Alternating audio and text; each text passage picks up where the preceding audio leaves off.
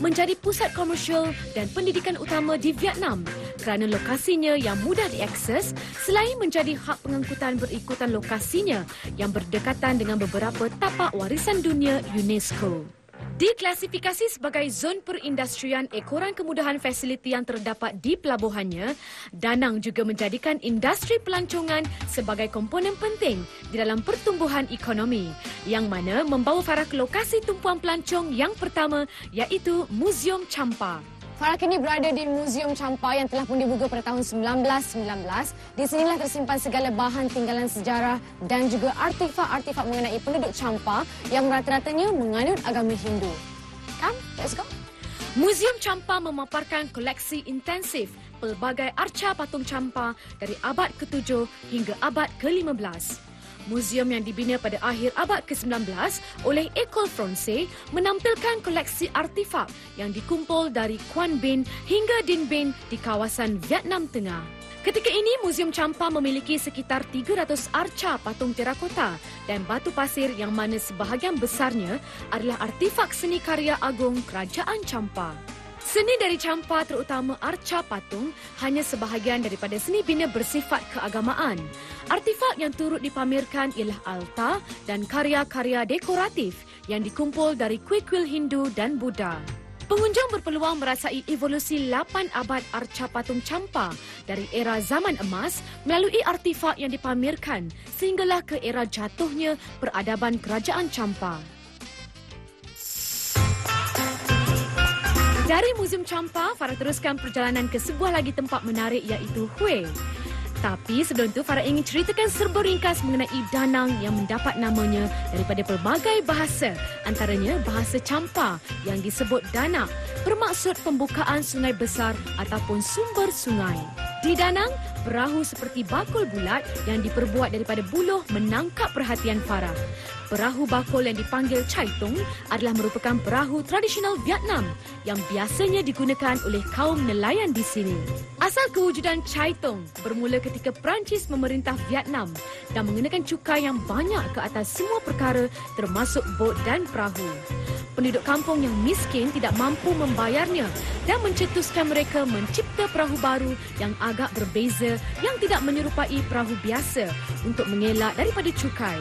Selanjutnya, Chai Tung digunakan oleh kebanyakan mereka sehingga ke hari ini.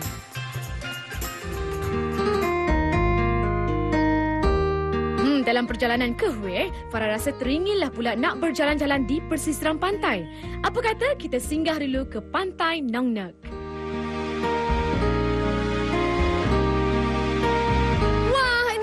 Pantai yang tercantik dan juga terbersih yang pernah Farah tengok. Pantainya dinamakan sebagai Pantai Nong Nec yang bermaksud gunung dan laut.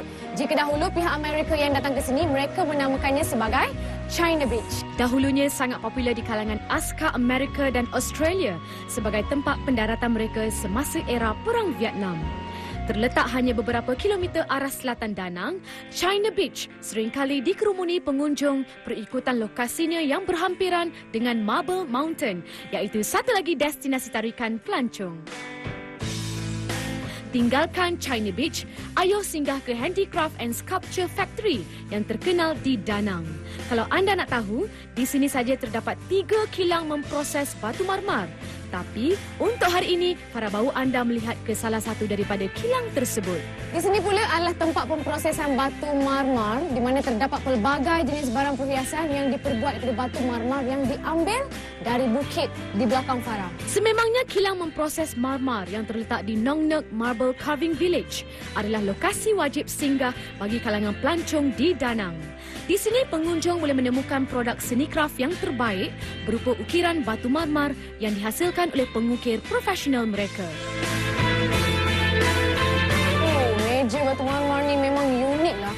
Pelbagai jenis binatang yang ada di sini, antaranya ialah burung helang, ular, kura-kura dan banyak lagi. Wah, terfikir jugalah macam manalah mereka mengukir batu marmar ni.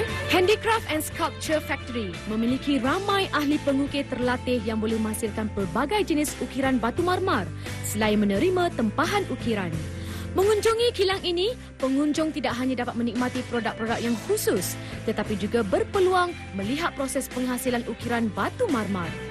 Kesemua produk yang dihasilkan tidak menggunakan mesin serta memerlukan masa yang lama, bermula dari membuat lakaran pada marmar, memilih warna dan potongan, membentuk acuan ukiran sehingga ke proses pendinginan dan polishing.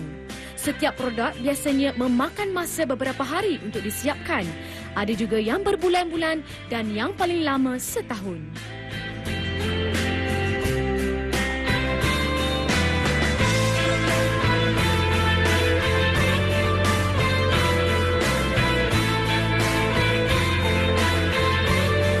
Meja ni memang sesuai diletakkan di halaman rumah kita.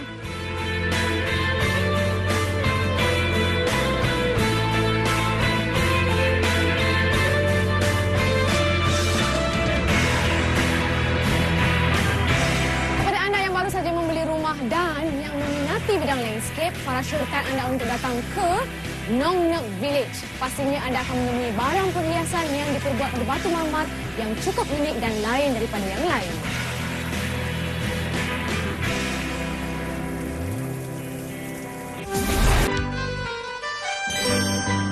Sebagai pantai yang terkenal dengan keindahan panorama dan sejarahnya, China Beach dan pantai yang bersambung dengannya iaitu Mai Kea Beach telah dibangunkan sebagai lokasi peranginan mewah yang menawarkan aktiviti pelancongan, hiburan dan rekreasi yang telah menelan belanja sebanyak ratusan juta dolar Amerika.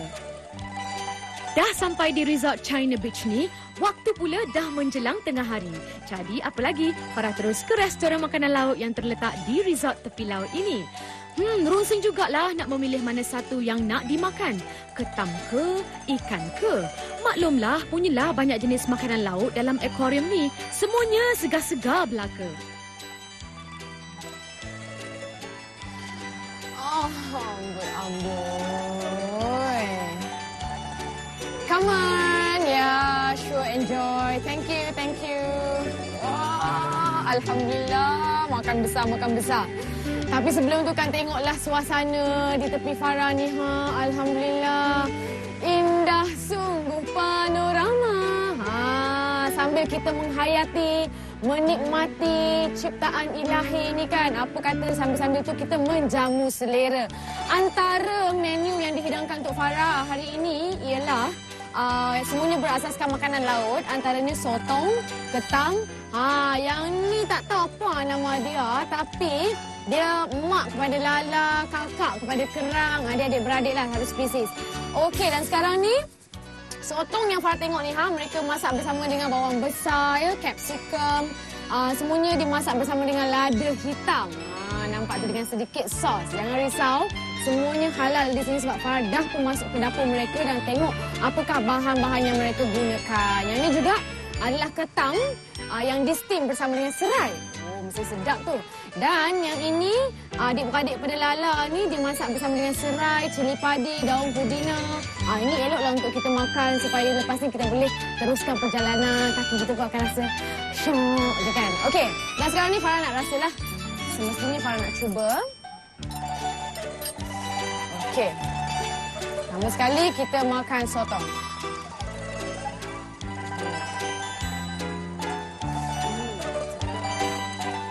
Makan pula dengan nasi bersama dengan orang kita kata kicap lah Orang Kedah kata toyo. Cili padi pula. Bismillahirrahmanirrahim. Cukup makan. Tak tahu kata. Apatah lagi dah tergigit cili padi tu. Tu yang kick tu. Pedas gigit cili. Okey. Pakai tangan lah akhirnya. Okey. Pantai yang cantik, bersih. Tentulah dia menghasilkan hidupan laut yang sememangnya segar. So kita rasa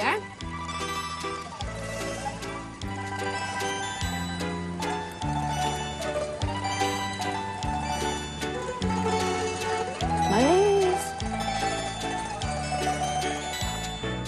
Last sekali kita makan sup pula lah.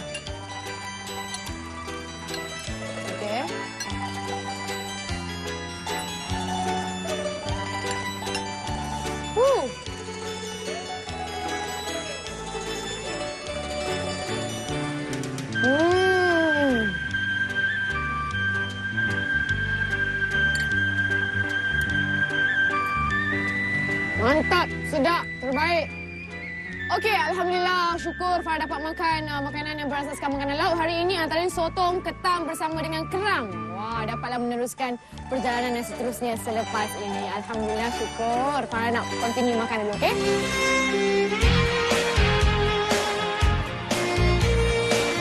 Kalau anda masih ingat, di awal rancangan Farah ada sebut di Danang terdapat beberapa tempat bersejarah yang telah dijadikan sebagai tapak warisan dunia oleh UNESCO selain Muzium Champa yang telah anda saksikan sebentar tadi. Dan sekarang Farah sedang menuju ke Candi Maisen yang terletak di lembah hutan terpencil wilayah Kuan Nam.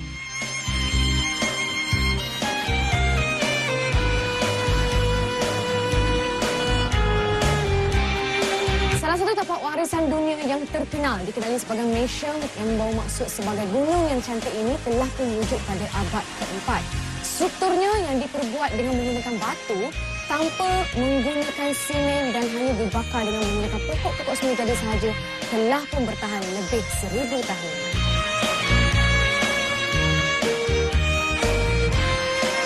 Candi Maisen, sebuah tapak arkeologi yang luar biasa yang bertahan sejak 1000 tahun yang lalu, adalah dahulunya merupakan ibu kota dan pusat keagamaan bagi Empayar Kerajaan Champa. Asalnya mengandungi lebih 70 jenis seni bina kuil dan stupa pemujaan, kini peninggalan peradaban kuno ini hanya memiliki sebanyak 20 struktur binaan asal candi. Ini adalah kerana kerosakan teruk akibat serangan bom pada tahun 1960 oleh tentera Amerika yang mengusir tentera Viet Cong daripada menjadikan tapak candi sebagai tempat perlindungan mereka selama peperangan Vietnam. Candi Maisen sebagai kompleks besar keagamaan Kerajaan Champa turut membina menara yang terhubung satu sama lain dengan rekaan rumit daripada batu merah. Komponen utama dalam seni bina orang Champa dilihat daripada menaranya yang dibina bagi mencerminkan keagungan Raja Pemerintah.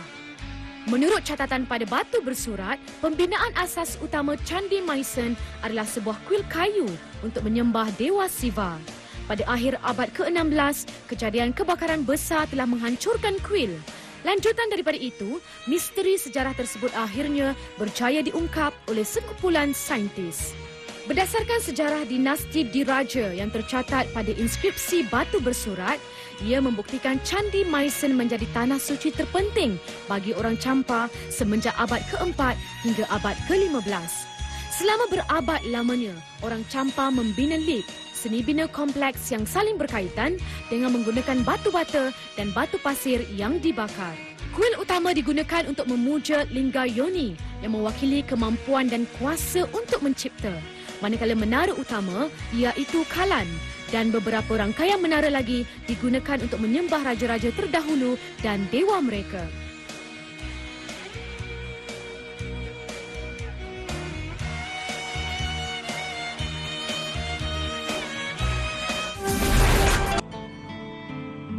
Setiap tempoh sejarah Kerajaan Champa mempunyai identitinya sendiri. Ini ditunjukkan melalui kegunaan setiap kuil sama ada ia digunakan untuk menyembah dewa atau raja dari dinasti yang berbeza, di samping mempunyai gaya seni bina yang berlainan antara satu sama lain. Kesemua menara Champa dibina berdasarkan dua kuasa dan masing-masing terdiri dari tiga bahagian. Dasar menara yang kukuh yang mewakili dunia manusia, binaan menara misteri dan suci yang mewakili dunia roh. Walaupun jarak masa dan peperangan telah memusnahkan sebahagian besar binaan menara di candi, sisa-sisa patung dan runtuhan seni bina masih mencerminkan gaya dan sejarah seni orang Champa. Hasil karya mereka menandakan era kegemilangan seni bina dan budaya Champa serta Asia Tenggara seluruhnya. Menurut kebanyakan penyelidik menara purba Champa, seni bina menara Champa di Candi Maisen adalah pertembungan gaya yang berbeza, termasuk kelangsungan gaya kuno yang boleh didapati pada abad ke-7 dan ke-8.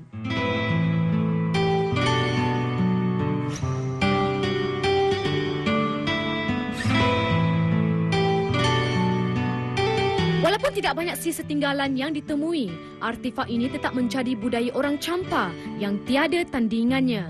Peninggalan ini menjadi bukti mengesahkan sejarah sebuah bangsa yang pernah hidup dalam masyarakat Vietnam penuh dengan kekayaan budaya dan tradisi.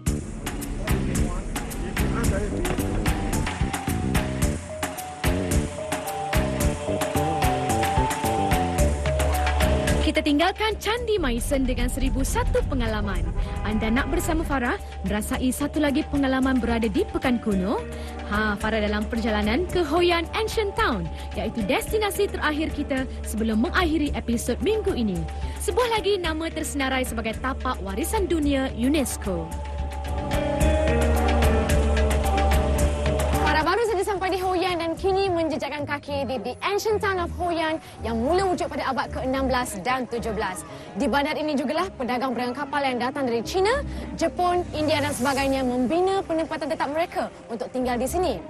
Selain seni binanya yang unik, antara faktor lain yang menyebabkan kenapa anda mesti datang ke sini adalah kerana pada 4 Disember 1999, bandar ini telah pun terpilih sebagai tapak warisan dunia.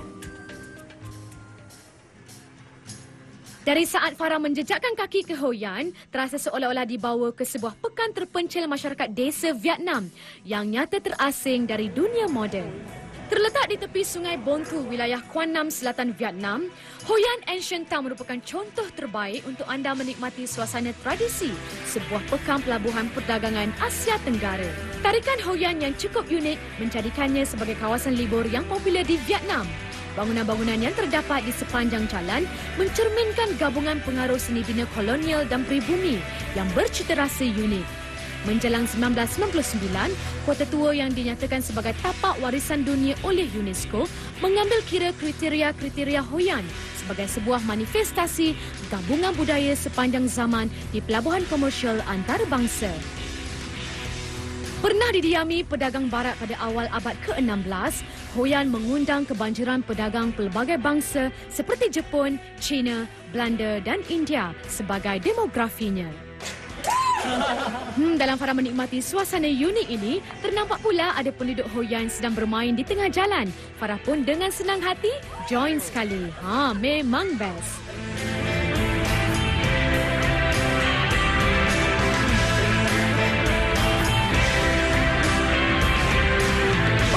Berada di Hoi An Ancient Town ini, walaupun tanpa kemodenan pesat, tetapi kemudahan yang disediakan memang memudahkan anda.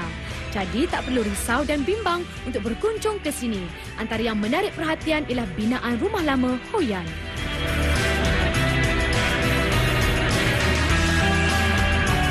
Inilah ada salah satu rumah yang terdapat di The Ancient Town of Hoi An. Di mana rumah ini telah pun merangkumi 3 negara, Jepun, Vietnam dan juga China, dan telah pun bertahan selama 200 tahun. Di dalamnya terdapat perabot-perabot antik bercirikan tradisional Vietnam. Selain itu, turut dipertontonkan seni halus jahitan sulam yang sememangnya terkenal dengan jati diri masyarakat di sini. Sekiranya pengunjung berminat, bolehlah membeli terus sulaman tersebut untuk oleh-oleh ataupun kenang-kenangan.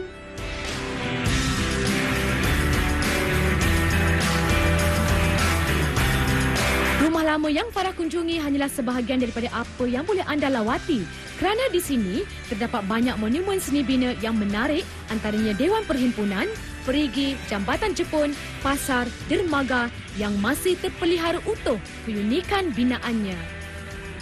Monumen-monumen bersejarah ini terletak di sepanjang jalan, saling melengkapi dan membentuk seperti istana kecil yang memberikan contoh simbolik kepada bandar Oriental di era pertengahan. Kalau dah namanya pusat pelancongan, tidak hairanlah terdapat deretan kedai yang menjual pelbagai barangan yang mampu menambat hati pembeli untuk membeli belah. Farah sendiri mencegah dari satu kedai ke satu kedai yang lain untuk mencari cenderahati yang boleh Farah abadikan dari Hoi An Ancient City. Dalam tak sedar, sudah berjam-jam lamanya Farah meneroka kota tua Hoi An dari petang membawa ke malam. Ini secara tidak langsung memberi Farah lebih pengalaman untuk menikmati keindahan kota ini pada waktu malam pula. Bercakap mengenai malam hari, suka Farah kongsikan dengan anda bahawa di kota Hoi An, setiap hari ke-15 dalam setiap bulan, tiada lampu jalan yang dipasang, televisyen tidak dipasang dan motosikal tidak dibenarkan melalui kawasan ini. Sememangnya inilah cara Hoi An memberikan cita rasa modennya menikmati kehidupan malam. Sebaliknya, lantera akan dinyalakan di rumah-rumah, di kedai-kedai, malah di sungai sebagai cara mengindahkan lagi keasyikan nikmat malam, dan kota tua Hoi An akan bermandikan cahaya hangat kertas lantera dihiasi pelbagai warna. Tradisi ini tetap dihidupkan dari generasi ke generasi sebagai menghargai cara hidup masyarakat Vietnam pada era dahulu. Kembali destinasi Farah berakhir di Hoi An. Farah janjikan kepada anda paparan yang lebih istimewa dan semestinya banyak lagi maklumat yang bakal dikongsikan bersama dengan anda minggu hadapan. Assalamualaikum.